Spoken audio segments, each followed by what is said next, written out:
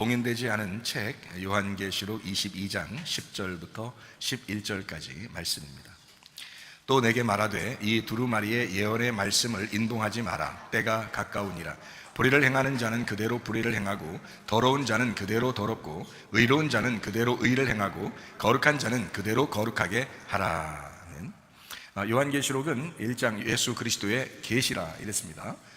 그래서 예수님이 열어주시고 예수님이 알려주시는 그런 책이다라는 그런 말이고요.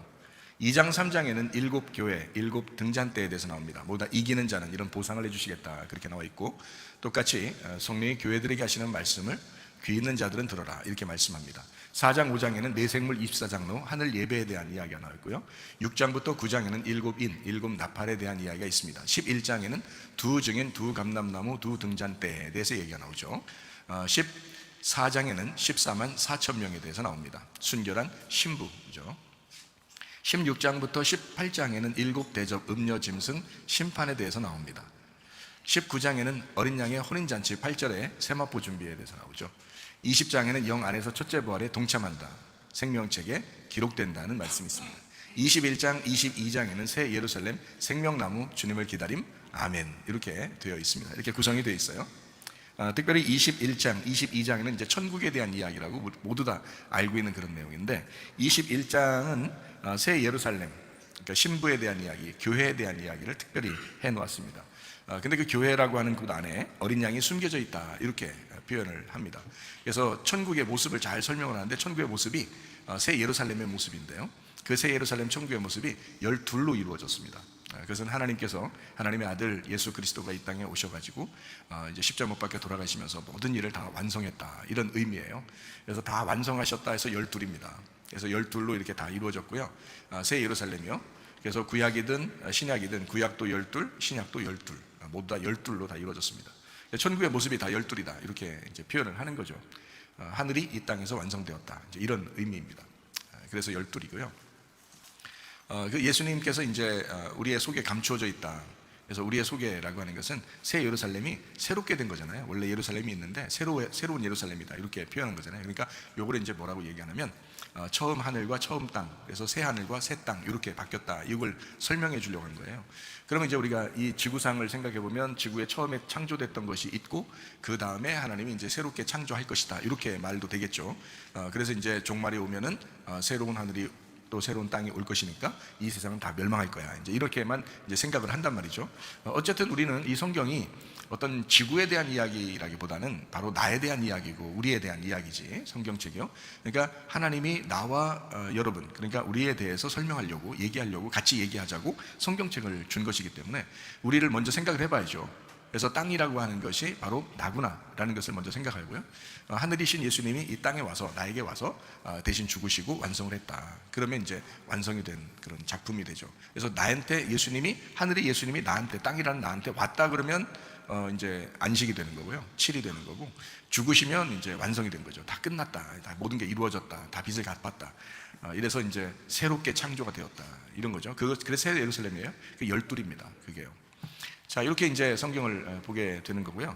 새 예루살렘이라고 하는 그 교회, 신부라고 하는 게 요한계시록 22장이고, 그 새 예루살렘 속에 어린 양이 감춰져 있다 그랬죠. 그래서 어린 양이 성전이라고 그랬어요. 성전이 감춰져 있다. 왜냐하면 새 예루살렘은 중심이 성전이거든요. 성전이 바로 예수님이다 이렇게 표현한 거죠. 그래서 예수님이 그 안에 계시고 이렇게 그 새 예루살렘이 되었다 했으니까 그 새 예루살렘의 심장은 예수님이다 이렇게 볼 수 있죠. 이거 쉽게 얘기해서 우리 교회가 있다면 그 교회 안에 그 중심이 바로 주님이시다 이렇게 되는 거죠. 어린 양 대신 예수님, 성전 대신 예수님이다. 그분이 우리 교회의 중심이다 이렇게 볼 수 있는 거죠. 그거를 이제 그 중심은 중심인데 안 보인단 말이에요. 있는데 안 보인다고요. 그래서 이제 어린 양이 성전이신데 감추어져 있다 이렇게 표현한 것입니다. 요한계시록 21장이에요. 그럼 우리 가정은 어떤가요? 가정의 중심도 누구예요? 어린 양 대신 예수님이 되셔야죠. 그죠? 우리 마음은 어떤가요? 나라는 사람의 마음 중심의 중심 어린 양의 그 성전, 어린 양의 예수님, 어린 양이라는 예수님이 내 중심이 돼야 되겠죠. 마찬가지. 그래서 나의 중심, 또 우리 가정의 중심, 교회의 중심이 바로 어린 양 대신 예수님, 그분 성전이다. 그래서 그렇게 주님의 성전이 되시잖아요. 어린 양 대신 예수님 성전 되시면, 그러면 그걸 포함하고 있는 나는, 그걸 포함하고 있는 우리 가정은, 그걸 포함하고 있는 우리 교회는 어떻게 돼요? 새 예루살렘이 되겠죠. 그죠? 그걸 이제 새로운 피조물이다 이렇게 된 겁니다. 새로 태어나. 왜냐하면 예수님, 어린 양 예수님을 내가 받아들이지 않았다면, 어린 양 대신 예수님 내가 받아들이지 않았다면 나는 새로운 사람이 아니죠. 옛 사람이죠. 그죠? 옛사람, 아직 새로운 사람이 되지 않은 옛사람이고 처음 창조라고 하는 겁니다. 첫 아담이라고 그러죠. 근데 내 속에 그 예수가 둘째 아담이 돼서 내 속에 마지막 아담이 되고 영원한 나의 주인이 되셨어. 그럼 나는 영원한 신부가 되는 거죠. 새로운 신부. 그렇게 성경은 이제 표현을 하고 있어요. 그걸 자세히 설명한 것이 이제 요한계시록 21장, 22장의 내용이에요. 그러니까 그걸 알고 성경의 결론 부분이거든요. 그런 걸 알고 앞에 성경을 보면은 좀 더 이해가 많이 되겠죠. 그러니까 우리는 요한계시록 21장, 22장에다가 시간을 많이 투자하는 거예요. 그래서 이걸 통해서 다른 부분들을 성경을 이해할 수 있도록 만들어 놓는 거거든요. 그래서 신부의 심장은 바로 예수 그리스도 어린 양 대신 성전이다. 예루살렘의 중심도 성전이었다. 이렇게 되는 거죠. 그 성전의 그 중심은 뭘까요? 성전의 중심은 예수님의 그 중심은 이게 예수님이 성전이잖아요. 그럼 성막, 성전 같은 거거든요. 그럼 그 안에 중심은 뭐예요? 뭐 때문에 이게 성전, 성막이 있는 거예요? 언약궤 때문에 있는 거예요. 그래서 언약궤가 성전의 중심입니다. 그러니까 하나님 말씀이죠.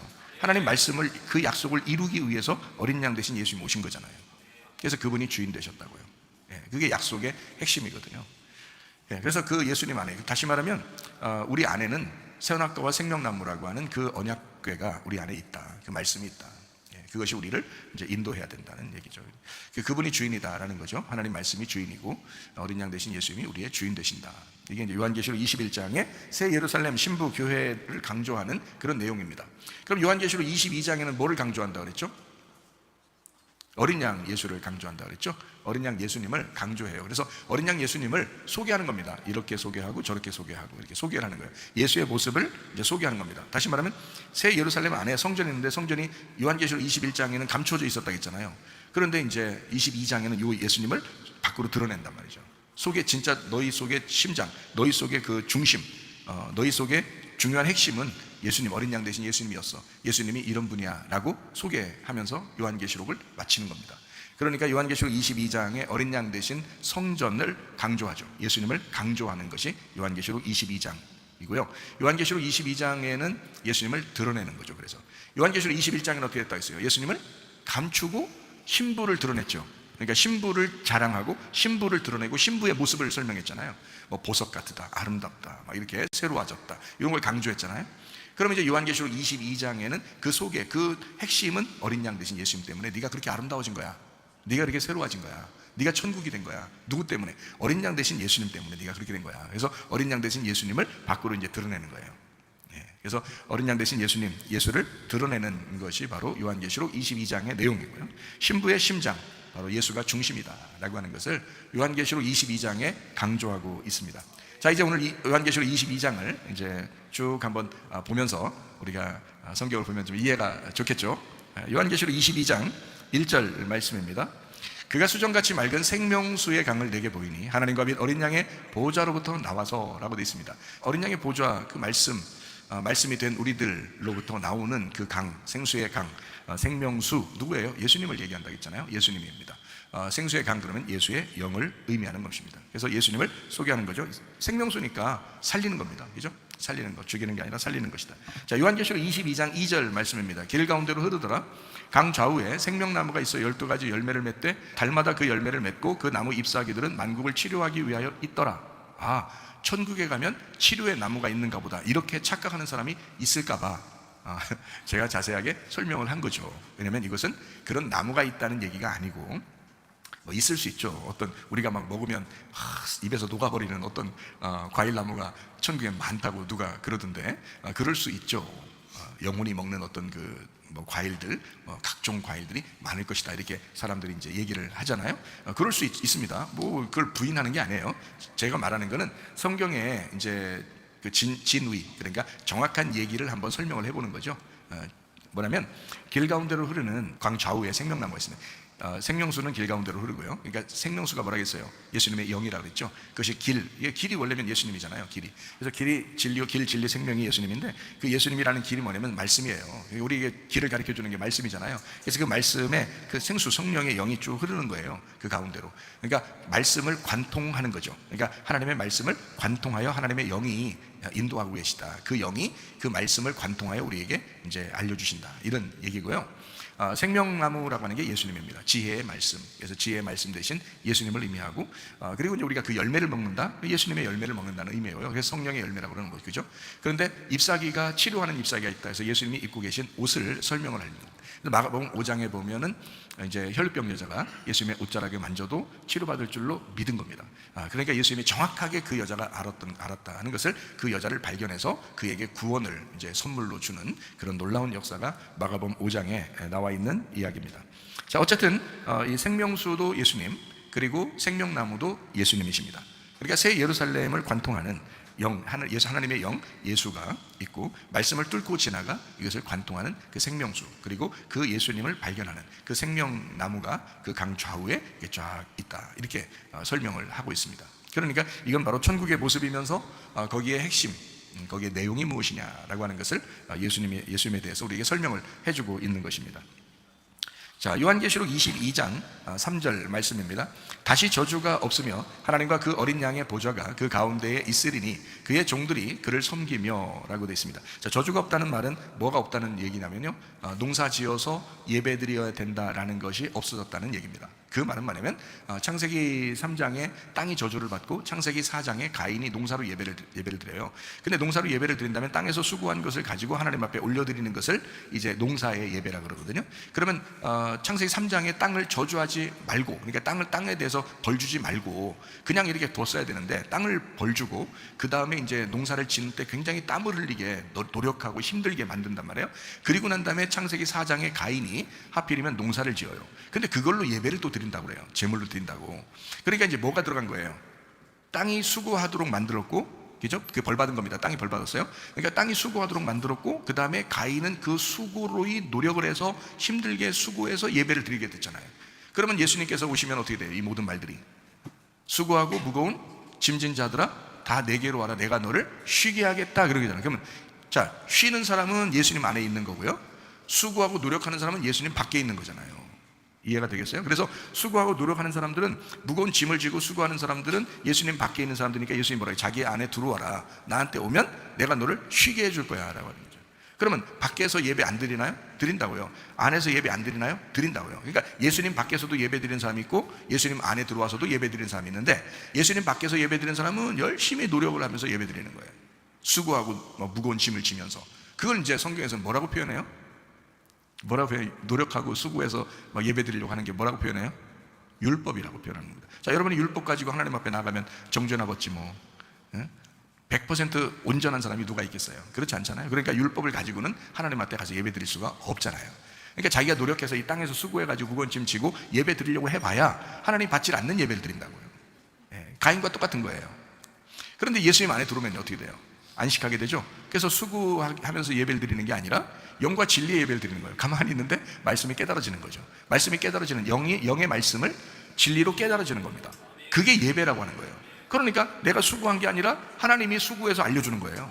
하나님이 수고해서 알려주는 그 예배, 그거 드리라는 거잖아요. 그러니까 반대잖아요, 그죠? 땅에서, 저주받은 땅에서 열심히 노력해가지고 예배 드리는 사람과 위에서 하나님이 그냥 내려주시는 안식을 하는 사람, 어떤 예배를 하나님 받아주시는가? 안식하는 예배를 받아주신다, 이런 거죠. 그게 이제 아벨의 제사였습니다. 제물에 대한 이야기였거든요. 땅에서 수고한 게 아니라 그냥 가만히 양들하고 놀고 있는데 그 양들하고 놀고 있었던 그 양을 잡아가지고 하나님 앞에 예배 드렸더니 그냥 받아주시는 거예요. 제물을 받아주시는 거죠. 그러니까 여러분, 우리가 누구 때문에 예배가 성립되는 거예요? 어린 양 대신 예수님 때문에 예배가 성립되는 거지, 우리 때문에 예배가 되고 안 되고가 아니란 말이에요. 무슨 말인지 알겠어요? 그러니까 여러분, 설교 말씀이 왜 중요하냐? 교회 와서 예배 드리는데 왜 말씀을 꼭 들으라고 하느냐? 이게 진리의 말씀을 깨닫는 시간이기 때문에 그렇습니다. 어린 양 되신 예수님으로 예배 드리는 시간이기 때문에 그렇습니다. 굉장히 중요한 거죠. 예수님이 언제 여러분 어떤 노력을 하라겠어요? 그런 거 아니잖아요. 그런 어떤 수고를 하라겠어요? 그래 예배라고 했습니까? 그런 거 아니잖아요. 이 말씀의 시간이 너에게 영의 말씀을 진리로 깨닫게 해주는 시간이야. 그래서 그걸로 예배드리면 돼. 이렇게 아주 안식하면서 편안하게 이해가 가도록 하나님께서 예배를 하신다 이 말이에요. 그것이 영과 진리의 예배입니다. 그러므로 요한계시록 22장 3절의 말씀을 보니까 다시 저주가 없으며, 자, 땅의 제사가 사라지며, 이런 거죠. 이제 어떤 예배가 됐다? 어린 양 예수님이 선한 목자가 돼서 우리를 찾아오시는 예배가 되었다. 영과 진리의 예배가 되었다, 이런 얘기죠. 이게 요한계시록 22장의 굉장히 중요한 핵심입니다. 어린 양 예수님, 어린 양이라고 자꾸 표현하는 그 이유가 있어요. 죽음입니다. 나를 위해 죽으신 예수님, 나를 위해서 죽으신, 그분만 정확하게 받아들이면요 인생 함부로 못 삽니다. 그렇지 않겠어요? 그분이 나를 위해 죽으셨다면 진짜 그분이 나를 위해 죽으셨다는 걸 정말 여러분 가슴속 깊이 그걸 깨달았다면 어떻게 인생을 함부로 살겠습니까? 생각해 보세요. 말이 안 되죠. 자, 요한계시록 22장 4절 말씀입니다. 그의 얼굴을 볼 터이요 그의 이름도 그들의 이마에 있으리라 라고 되어 있습니다. 주님의 이름이라고 하는 것은 예수 그리스도 만군의 여호와의 이름입니다. 그것이 이제 주님의 이름이고요. 그 만군의 여호와의 이름은 언약궤라고 이제 사무엘하 6장에 나와 있죠. 언약궤라고 하는 하나님의 말씀, 이것이 그 이름이에요. 주님의 이름. 그래서 우리가 예수님께서 우리에게 너 내 이름으로 기도해. 그럼 다 이루어질 거야. 이렇게 얘기한 것이 그래서 그런 거예요. 그러니까 여러분이 맨날 예수님의 이름으로 기도합니다. 아멘. 이러면서 기도를 끝내는 거예요. 다 이루어질 줄 알고. 그렇게 예수님의 이름이 우스운 게 아닙니다. 여러분이 그냥 아는 것처럼 예수님의 이름으로 기도합니다. 아멘 하면 다 이루어지겠지라고 성경에 써 있으니까 그대로 하면 되는 건 줄 아는데 그게 아니고 분명히 뭘 아셔야 되는가 하면 여러분이 그 이름이 언약궤구나라는 것을 분명히 아셔야 돼요. 그러니까 하나님의 말씀이다. 그러니까 여기서도 요한계시록 22장 4절 말씀에 그의 얼굴을 볼 때 그의 이름이 그들의 이마에 있다 그러잖아요. 그 이름이. 그럼 이름을 막 써놓는다는 게 아니고 언약궤, 하나님의 말씀이 그 이마에 있다 이런 거거든요. 그럼 그 이마라고 하는 원래 그 단어가요 메토폰이라는 단어인데 이게 메타에서 왔어요. 한복판, 중앙, 그 연합, 한 중앙의 그 중심 이런 말이거든요. 그러니까 이마에 있다는 말은 사실 여기에만 있다는 의미가 아니라 나라고 한다면 그 이마라고 하는 것은 그 중심을 얘기한다는 거죠. 너의 중심에, 그 말이죠. 너의 중심에, 너의 마음 한복판에 너와 연합한 상태에서 너와 하나 된 언약궤가 있다 이 말입니다. 그게 이름이죠. 그런 사람이 이름으로 그 예수의 이름을 아니까 예수님의 이름을 불러서 기도하는 거죠. 그런 사람이. 그러니까 언약궤라고 하는 것이 너의 중심, 우리 중심의 그 한복판 그 안에 있느냐라는 그런 얘기입니다. 그렇게 있을 것이다 라는 겁니다. 주님의 사람들, 주님의 이름이 그 안에 있다. 자, 요한계시록 22장 5절 말씀입니다.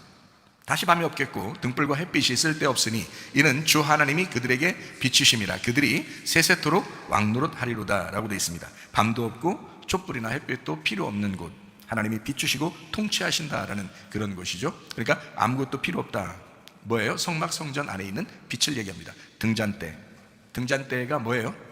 성령의 빛을 비추는 교회를 말합니다. 그러니까 성령의 빛을 비추는 교회. 자, 교회는 어떤 것이라고요? 성령의 빛을 비추는 교회라고요. 그러니까 등잔대는 등잔대인데 그게 기름으로, 감람 기름으로, 올리브 기름으로 이게 불이 나오게 돼 있거든요. 그러니까 성령입니다. 하나님의 성령의 빛이 있는 교회. 그거는 꺼지지 않을 것이다. 밤이 없을 것이다. 등불이 쓸데없다. 다른 햇빛이 쓸데없다.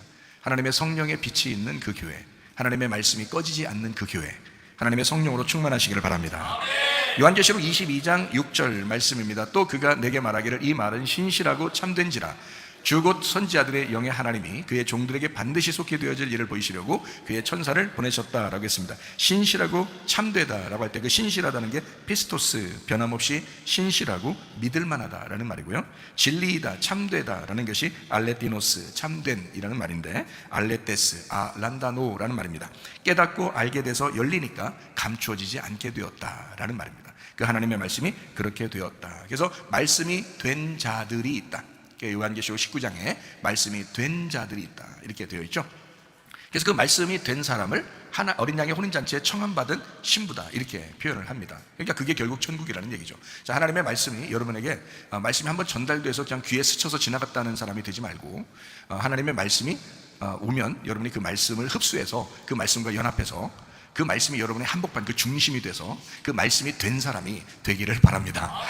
그러면 그게 새로운 예루살렘이고요. 그게 새 사람이고 그게 신부고 천국입니다. 그게요. 요한계시록 22장 7절 말씀입니다. 보라내가 속히 오리니 이 두루마리의 예언의 말씀을 지키는 자가 복이 있다라고 했습니다. 이거 다 현재형을 썼다 그랬죠. 엘코마이, 오신다, 지금 온다라는 말이고요. 그리고 말씀을 지킨다, 테레오, 지금 지킨다. 이거 다 현재형을 썼습니다. 그러니까 과거나 미래가 아니고요, 지금을 얘기하는 겁니다. 지금 주님이 오신다, 지금 말씀을 지키는 자가 복이 있다. 이렇게 이야기하는 것입니다. 지금 여러분에게 말씀하시는 겁니다. 지금 저희에게 다 얘기하는 겁니다.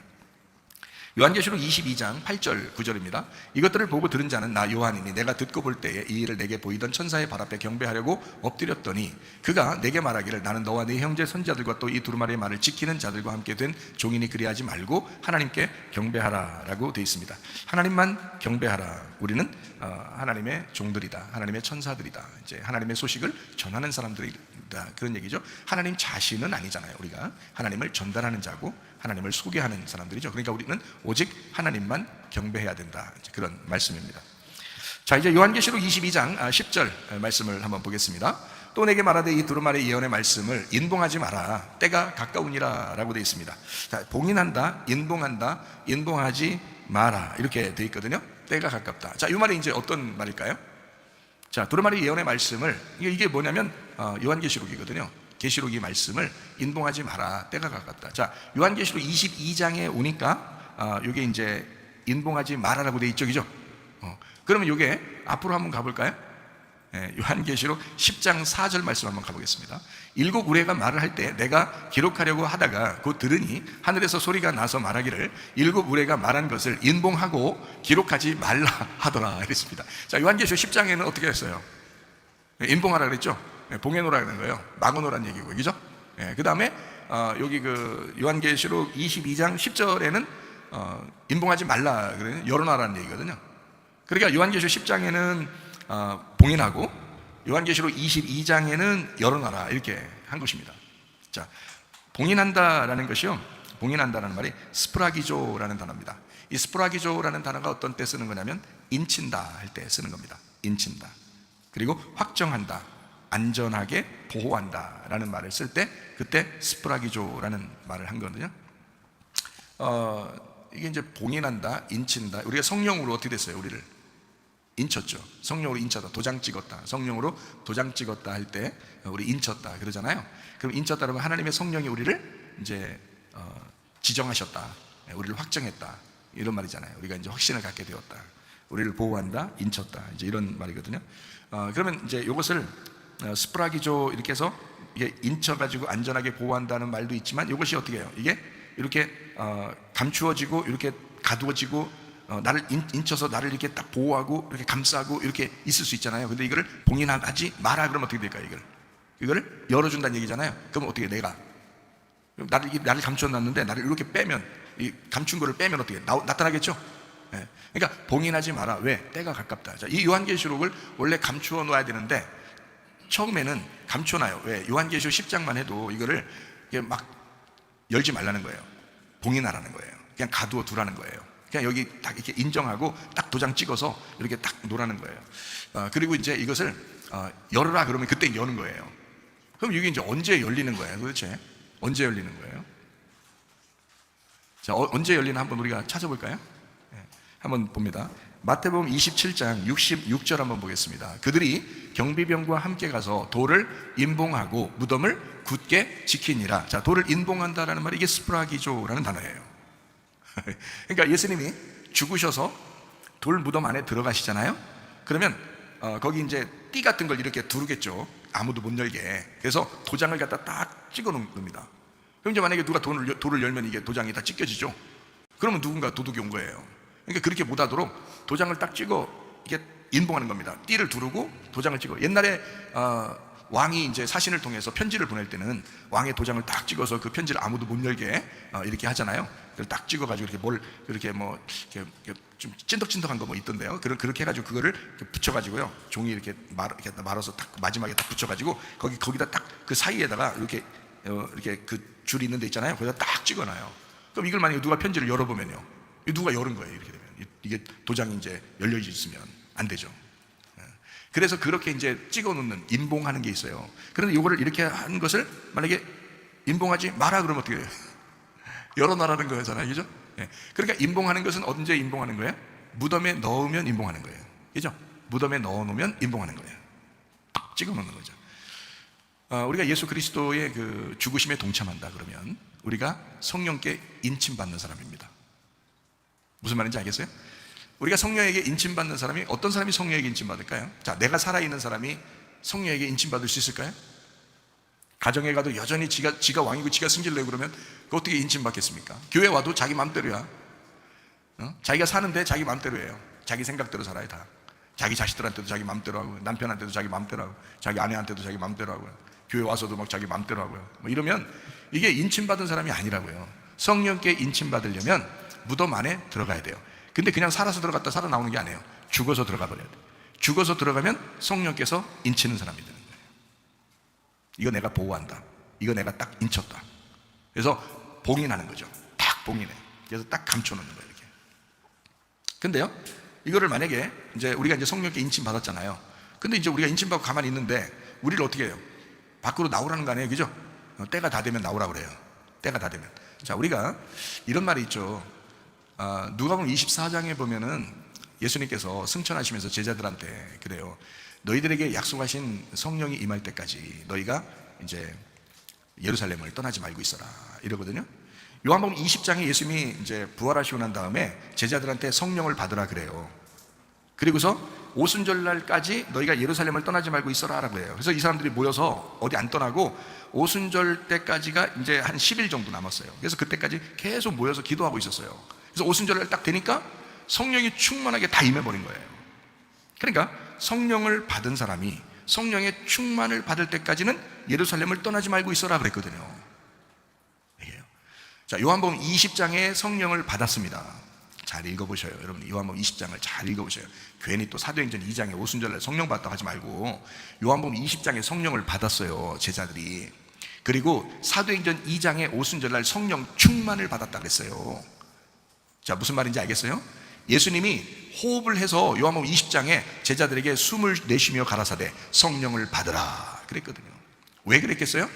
창세기 2장에 나오는 아담을 만들고 하나님이 그 코에 생기를 불어넣었어. 근데 그 아담이 선악과를 먹고 실패한 거야. 그래서 예수님이 죽으시고 부활해서 둘째 아담, 마지막 아담이 돼서 제자들에게 다시 숨을 불어넣어 주는 거예요. 하나님으로서 숨을 불어넣어 주는 거예요. 그게 하나님의 숨이야. 그게 성령님이라고. 그래서 하나님의 호흡을 주면서 성령을 받아라 이런 거예요, 제자들한테. 예수님 부활하고 난 다음에 주신 겁니다. 그리고 나서 10일 동안 기다리고 있어라. 자, 너희들 예루살렘 떠나지 말고 계속 기도하고 있어라. 그래서 이 사람들이 기도하고 있었어요. 사도행전 2장에 오순절날 딱 보니까 성령이 충만하게 임했다라고 되어 있습니다. 그러니까 이 사람들이 가만히 있어요. 이제 막 나가 전도해요. 막 나가 전도하죠. 그렇죠? 여러분, 사도행전 1장에 보면 자, 오직 성령이 너에게 임하시면 너희가 권능을 받고 예루살렘과 온 유대와 사마리아와 땅끝까지 이르러 내 증인 되리라 라고 되어 있죠. 그러면 거기에 성령을 받으면 증인 되리라 라고 했어요? 권능까지 임해야 증인 되리라 했어요? 권능까지 임해야 증인 된다 그랬지. 성령을 받으면 증인 되리라 하지 않았지. 성령을 받으면 너희가 권능이 임할 거야. 그 권능이 임하면 그때 너 예루살렘과 온 유대와 사마리아와 땅끝까지 내 증인 될 거야 라고 되어 있죠. 그리고 나서 사도행전 2장에 오순절날 성령 충만, 성령의 권능이 임한 거지. 뭔 말인가 알겠어요? 요한복음 20장에는 성령이 임하고 사도행전 2장에는 성령의 권능이 임한 거라고요. 그리고 난 다음에 전도하기 시작했죠. 이해가 돼요? 그 사람들이 성령 받고 성령 오순절날 성령 충만 임하기 전에 전도하지 않았어요. 할 수가 없어요. 그거는 권능이 임해야, 그 성령 충만이 임해야 전도하기 시작한다고요. 다시 말하면, 자, 내가 성령 받는다 그러면 어떻게 성령께서 인치신다고요? 어떤 사람에게 성령이 인치신다고? 죽어서 무덤에 들어가는 사람이 성령이 인치신다고. 자, 오순절날에 막 성령 충만 받고 막 이렇게 하기 전에 이 사람들은 회개의 역사가 일어난다고요. 그리고 우리가 어찌할꼬 막 이런다고요. 그리고 막 기도한다고요, 하나님 앞에. 다시 말하면 어린 양 대신 예수님을 자기들이 잘못 죽였다는 거예요. 그리고 예수 그리스도가 나 때문에 죽으셨다는 걸 확실히 받아들이는 거예요. 그래서 자기가 그 죽음에 동참하는 겁니다. 그랬더니 하나님의 성령께서 같이 임하 있는 거예요. 성령이 그를 인치신 거예요. 봉인하는 거죠. 그런데 어떻게 하면 이제 이게 열려요? 그 봉인한 것이 때가 되면 이게 열리게 됩니다. 때가 가까워지면 이게 열린다. 어떻게 하면 열린다는 거예요? 어떻게 된 걸 열린다 그래요? 부활하면 열리게 된다는 거예요. 부활하면. 자, 우리가 예수 그리스도와 함께 죽음을 경험하고 그 무덤 안에 들어가잖아요. 그러면 이게 이제 돌이 열릴 때가 있다고요. 그 임봉한 것을 열 때가 와. 그 때가 되면 이게 열린다고요. 그럼 그때가 언제냐면 부활의 때라고요. 부활의 때 이것이 열린단 말이에요, 여러분. 그러니까 예수 그리스도에게도 마찬가지였죠. 오순절 성령 충만 받은 사람들도 마찬가지였죠. 자, 그들에게 감추어져 있던 그 복음을 이제는 어떻게 해요? 오순절날 성령 충만이 임하니까, 그 권능이 임하니까 막 열정이죠. 왜? 때가 됐으니까. 그들에게 때가 임한 거라는 거예요. 그렇죠? 자, 그러니까 여기에 요한계시록 22장 10절 말씀해 보니까 내게 말하되 이 두루마리의 예언의 말씀을 인봉하지 마라. 때가 가까우니라. 이제 열 때가 되었다라는 말이거든요. 자, 이것을 이제 인친다, 스프라기조라는 이 말인데요. 인친다, 확정한다, 안전하게 보호한다라는 단어인데, 요거를 우리가 이제 요한계시록이니까 요한계시록 몇 군데만 한번 찾아보도록 하겠습니다. 요한계시록 7장 3절입니다. 이래도 우리가 우리 하나님의 종들의 이마에 인치기까지 이렇게 되어 있습니다. 4절입니다. 4절, 내가 인침을 받은 자의 수를 들으니 이렇게 되어 있죠. 그 다음에 5절입니다. 유다 지파 중에 인침을 받은 자가 1만 2천이요 라고 되어 있습니다. 6절입니다. 아셀 지파 중에 1만 2천이요, 납달리 지파 중에 1만 2천, 므낫세 지파 중에 1만 2천이요 라고 되어 있습니다. 7절입니다. 시몬 지파 중에 1만 2천, 레위 지파 중에 1만 2천, 이사갈 지파 중에 또 1만 2천입니다. 8절입니다. 스불론 지파 중에 1만 2천, 요셉 지파 1만 2천, 베냐민 지파는 인침을 받은 자가 1만 2천이다. 여기 다 인침을 받는다는 그 스프라기조라는 단어가 다 3절, 4절, 5절, 6절, 7절, 8절에 다 인침 받은 사람들에 대한 이야기가 나옵니다. 다시 말하면 스프라기조, 인치다, 확정하다, 안전하게 보호한다, 이런 의미입니다. 그런데 때가 다 되면요, 그 인침받은 그 복음을 받은 사람들이 이제 열리가 되는 겁니다. 그죠? 이것이 이제 열린다라는 의미죠. 봉인하지 말라라고 하는 요한계시록 22장 10절 말씀에요. 봉인하지 마라, 때가 가까우니라 했어요. 봉인하지 마라, 어떤 의미일까요? 말씀이 열리면 그 말씀이 심판하고 그리고 구원할 것이다 라는 말이죠. 자, 말씀이 가두어지지 않을 것이다. 이 말씀이 열리면 심판하고 구원할 거야, 이런 말입니다. 자, 열리면 봉인이 해제되는 거죠. 봉인 해제라 이렇게 말합니다. 부활의 주님 안에서 열리면 교회가 건축될 거야. 주님의 교회들이 건축될 거야. 봉인 해제. 이제까지 감추어져 있었던, 이제까지 하나님의 마음속에만 감추어져 있었던 그 전 지구상의 그 교회가 하나님의 그 말씀이 열리면서 심판하고 구원하고 그리고 그 봉인한 것이 봉인 해제가 될 때는 교회가 건축될 거야. 성령의 조명의 시대가 올 거다. 그래서 하나님의 성령께서 가감없이 여러분에게 열리는 축복을 주셔서 그 말씀을 깨닫게 되는 여는 역사가 있게 될 것이다, 이런 말입니다. 돌 성전에서 마음의 성전으로 변환될 것이다. 이제는 한 곳에만 예배를 드렸던 그 돌 성전에서 이제는 너희의 마음의 성전으로 모든 성전이 변환될 것이다, 이런 말입니다. 교회가 시작이요, 교회가 끝입니다. 그러므로 하나님의 성령께서 인치시는 그 인침이 이제 그 봉인한 것을 열 때는, 그 말씀이 열려질 때는 이제 모든 것을 완성하는 시간이 온다. 사실 예수님이 십자가 밖에 돌아가시고 부활하시고 난 다음에 이방인의 시대, 이제 이방인의 전도의 시간이 이제 오잖아요. 그러면 이방인의 시대가 쭉 와서 마지막 때까지는 이게 뭐냐면 마지막 때예요. 이게 계속 지금까지 우리가, 그러니까 예수님이 십자가 밖에 돌아가시고 부활하시고 오순절 성령 충만 받아서 유대인들이 구원받고 그리고 이방인들이 이제 이제 베드로와 바울 사도를 통해서 이방인들이 전도되면서부터 지금까지가 마지막 때예요. 끝날이라고 이게. 근데 끝날 중에서 지금은 또 더 끝날이에요. 지금이. 그러니까 완전히 마지막을 우리가 지금 살고 있습니다. 아마 우리의 눈으로 목격하는 시대가 오지 않을까, 이런 생각도 들어요. 그 정도로 지금 심각하게 아주 빠르게 이 시대는 지금 마지막을 향해서 가고 있습니다. 자, 요한계시록 22장 11절 말씀입니다. 자, 얼마나 마지막 때냐. 불의를 행하는 자는 그대로 불의를 행하고 더러운 자는 그대로 더럽고 의로운 자는 그대로 의를 행하고 거룩한 자는 그대로 거룩하게 해라, 이렇게 되어 있습니다. 그러니까 한마디로 말하면 야, 내비둬, 그냥 마지막 때니까 내비둬. 지가 구원받고 싶으면 주님께 올 것이고, 구원받기 어려운 사람들은 지가 그냥 지대로 지가 지대로 멸망할 거야. 내비둬. 너무 내비두나? 하여튼 구원받은 사람들이 많지가 않아요, 요즘에. 교회 다니던 사람, 멀쩡하게 교회 다니던 사람들도 막 떠나는 사람들도 이 주변의 교회들 보면 막 많이 있다고 그러고요. 그런 거 보면 그래도 다행이야. 우리 교회는 그래도 한 번 오면 또 계속 있어. 어쨌든 그런 사람들이 꽤 많아요. 자, 불의한이라고 하는 게요, 이게 불의한 자가 그대로 불의하게 해라라는 게요, 이게 어떤 얘기냐면 지금 불의한 자입니다. 지금 불의한 자. 그러니까 그때 당시도 지금이겠지만 지금도 불의한 자예요. 그러니까 불의한 자가 지금 현재 능동입니다. 지금 불의한, 지금 스스로 불의한 자예요. 그런 사람은 그대로 불의하게 냅둬라, 이렇게 한 것은 뭐냐면요, 이미 불의한 자야, 이런 말이에요. 지금 불의하잖아? 이미 그 사람은 불의한 자야. 자, 이미 불의한 자라는 말이 뭐냐면 과거 능동태입니다. 그러니까 옛날부터 원래 불의했던 거야. 자, 지금 불의하잖아? 그러면 옛날부터 그 사람은 원래 불의했던 거야, 이 말이에요. 그러니까 불의를 행하는 자는 그대로 불의를 행하게 내비둬라. 옛날부터 불의한 사람이야, 그 사람은. 자, 주님 사랑하지 아니하고 교회 무시한 사람이요, 지금 잠깐 그런 것 같죠? 뭐 시험 들어 상처받아 잠깐 그러는 것 같죠? 안 그렇습니다. 원래 그런 사람이었다라고 성경은 그 사람을 지적합니다. 그런 사람이었어, 이 말이에요. 불의한 사람은 원래 그런 사람이었어, 원래 불의한 사람이었어 라는 말이에요, 이 말이에요. 그래서 지금 불의한 자, 현재 능동입니다. 그대로 불의하게 두어라. 이미 불의한 자야, 과거 능동입니다. 자, 더러운 사람 어떻게 해요? 그대로 더러워. 지금 더러운 자, 이게 현재 능동입니다. 그대로 더럽게. 다시 말하면 이미 더러운 자야, 그 사람은. 지금 더럽잖아? 그 사람 원래 더러운 거야. 원래 더러웠었던 거야. 여러분, 지금 잠깐 뭐 이렇게 사람 시험 들고 상처받아서 그렇게 된 것 같이 여러분 여기지 마세요. 그거 아니고 원래 그런 사람이었던 거예요, 이 사람은. 하나님은요, 말씀이 너무 정확합니다. 마지막 때가 되잖아요, 여러분. 아주 칼날같이 사람을 쪼갭니다. 지금 더러운 사람, 현재 능동. 그대로 더럽게 두어라. 원래 더러웠던 거야. 과거 능동. 원래 지금까지 그 사람은 더러웠던 거야, 이 말입니다. 자, 호세아 4장 14절 말씀을 보겠습니다. 너희 딸들이 음행하며 너희 며느리들이 간음하여도 내가 벌하지 아니하리니 이는 남자들도 창기와 함께 나가며 음부와 함께 희생을 드림이니라. 깨닫지 못하는 백성은 망하리라. 이렇게 되어 있거든요. 여기서 너희 딸들이 음행하며 너희 며느리들이 간음하여도 내가 벌하지 아니하리니 라는 말이 있습니다. 벌하지 아니한다는 말이 좀 특이하잖아요. 하나님이 이런 분 아니잖아요. 잘못하면 막 후려시리고 진짜 벌하시는 분이잖아요. 그런데 이 벌하지 않는다는 거예요. 벌하지 아니하리니 라는 말이 있는데, 이 벌하지 아니하리니 라는 말이요, 벌하지 않는다 라는 말이 어떤 단어냐면 로파카드라는 단어입니다.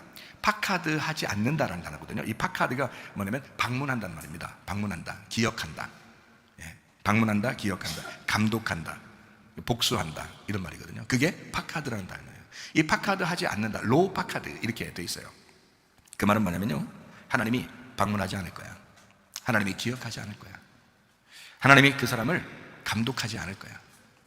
하나님이 그 사람에게 복수하지 않을 거야, 이런 말이에요. 자, 여러분, 이게 무슨 말인지 아십니까? 하나님이 여러분을 심판한다면 그게 하나님의 축복이에요. 하나님이 여러분을 감독하시고 꼼짝 못하게 하고 그 율법적으로 여러분 울타리를 팍 쳐주고, 그리고 하나님이 여러분을 갖다가 막 복수하고 그러면요, 막 혼내고 막 이러잖아요. 그러면 그건 하나님의 사랑입니다. 가만 내비두면요, 저주받은 거예요. 그거. 하나님이 방문하지 않겠다는 거예요. 기억하지 않겠다는 거예요. 복수도 하지 않겠다는 거예요. 심판하지 않겠다는 거예요. 그것만큼 저주가 어디 있어요, 여러분. 하나님으로부터 심판받을 때, 하나님으로부터 막 혼날 때, 교회 와서 말씀으로 막 이렇게 두들겨 맞을 때, 여러분을 사랑하시는 하나님의 마음이라고요. 하나님이 여러분을 정말 사랑하는 모습이라고요. 근데 사람들은 다 자기를 포기해달라고, 자기를 내비둬달라고 막 이러잖아요. 근데 그러면 그것은 저주받은 거라고요. 음행을 행하는데도 하나님이 그냥 벌하지 않겠다는 거예요. 이거 아주 나쁜 것입니다. 큰일 날 일입니다. 우리가 잘못하면 할수록 아주 조그만 잘못이라도 예민하게 우리의 양심에서 막 반응을 일으키고, 조그만 잘못이라도 우리의 가정의 울타리에서 확 우리를 갖다가 막 혼내주고, 조그만 잘못이라도 교회 안에서 그 울타리를 쳐가지고 그걸 확 말씀으로 혼내주고 한다면 이건 하나님의 간섭이에요. 하나님의 사랑이라고요. 하나님이 포기하셨다? 와, 이건 안 되는 거죠. 하나님 포기하실 리가 있어요, 없어요? 성경적으로 볼 때 하나님은 사랑이신데 우리를 포기하실 리가 있어요, 없어요? 포기하실 리가 없죠. 내가 너를 벌하지 않을 거야 라는 말은 내가 너를 포기할 거야 라는 말인데, 그 포기할 거야, 내가 너를 벌하지 않을 거야 라는 말 속에는, 그 뒤에 그 하나님의 마음에는 뭐가 있을까요? 반드시 돌아와라, 이 말이거든요. 반드시 돌아와라, 반드시 죄를 짓지 마라, 그러지 말라 라는 말이죠, 여러분. 하나님의 말씀대로 살았으면 좋겠다, 네가 거룩했으면 좋겠다, 네가 나를 찾았으면 좋겠다, 그런 말이죠. 나 너 포기할 거야. 나 너 벌하지 않을 거야. 나 너 복수하지도 않을 거야. 나 너 심판하나 봐. 가만히 내비둘 거야. 잘 됐네, 나 혼나지도 않고. 그렇게 하면 안 되죠. 하나님의 마음을 아셔야지. 그렇죠? 하나님의 마음은 내가 너를 사랑하잖아. 그러니까 반드시 그러지 말고 돌아와. 그런 말이 숨어 있는 거죠. 그 주님의 그 사랑의 마음이 그 속에 숨어 있다. 요한계시록 22장 11절, 이제 긍정적인 이야기입니다. 의로운 자는 그대로 의를 행하라. 자, 의를 행하게 된 과거 수동입니다. 자, 이거 내가 의롭게 된 것도 아니고 의를 행한 것도 아니라는 거예요. 수동적으로 의를 행하게 됐다는 거예요. 의를 행하게 된 사람, 그대로 의로워지게 둬라. 거룩한 자 그대로 거룩하게 해라. 거룩하게 된 과거 수동입니다. 자, 네가 스스로 거룩하게 된 게 아니야. 너 거룩하게 된 거야. 그 사람은 그대로 거룩하게 살아라. 너 의롭게 됐잖아. 너 때문에 의로운 거 아니잖아. 예수 그리스도께서 너를 위해 죽으셨잖아. 그래서 네가 의로워졌잖아. 너 예수님 때문에 네가 거룩해졌잖아. 그러니까 지금 넌 의로워야 돼. 지금 너는 거룩해야 돼. 이런 말입니다. 여러분 그리스도 예수 안에서 의롭고 거룩하게 살다가 주님 만나시기를 바랍니다. 우리 한 목소리를 기도하겠습니다. 하나님 앞에 기도합니다. 하나님, 내가 주의 사람 되기를 원합니다. 어린 양 예수를 따라가 주님과 동행하다 주님 만나게 하옵소서. 기도합니다. 우리 하나님 아버지의 사랑과 은혜를 감사를 드립니다. 하나님, 우리가 의롭게 살게 하옵소서. 거룩하게 살게 도와 주시옵소서. 어린 양 예수 따라가 주님과 동행하다가 주님 만나게 도와 주시옵소서. 비염은 떠나갈지어다, 아토피 떠나갈지어다, 위장병 떠나갈지어다, 어지럼증 사라질지어다, 두통은 사라질지어다, 류마스 관점 떠나갈지어다, 어깨 통증 사라질지어다, 어린디스크 목디스크 떠나갈지어다, 심장병 온전해질지어다, 각종 종양 암덩어리 떠나갈지어다, 감기 몸살 온전해질지어다, 협착증 사라질지어다, 건소피 온전해질지어다, 이명은 사라질지어다, 자기면의 질환 온전해질지어다, 식도염 사라질지어다, 유력성 떠나갈지어다, 우울증 불면증 환자 두런불안 초조 다 떠나갈지어다, 음란 거짓 돌출 미움 욕심은 다 떠나갈지어다. 하나님, 그리스도 예수 안에서 의롭고 거룩하게 살다가 주님 만나게 하옵소서. 예수님 귀하신 이름 받들어 기도 올리옵나이다. 아멘. 주님 감사합니다. 우리 하나님 아버지 함께 하시고 사랑하심을 믿습니다. 우리 하나님 도와주옵소서. 감사합니다. 우리 한 목소리 기도하겠습니다. 하나님 앞에 기도합니다.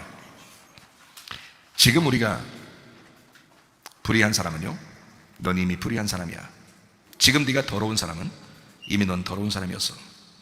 그런 사람 되면 안 됩니다. 하나님 앞에 너는 의로워졌잖아. 너 때문이 아니라 주님 때문에 의로워졌잖아. 너 주님 때문에 거룩하게 됐잖아. 그렇게 살아야지. 그 마음으로 주님과 동행하게 해달라고 우리 한 목소리로 두 손 높이 들고 간절하게 기도하겠습니다.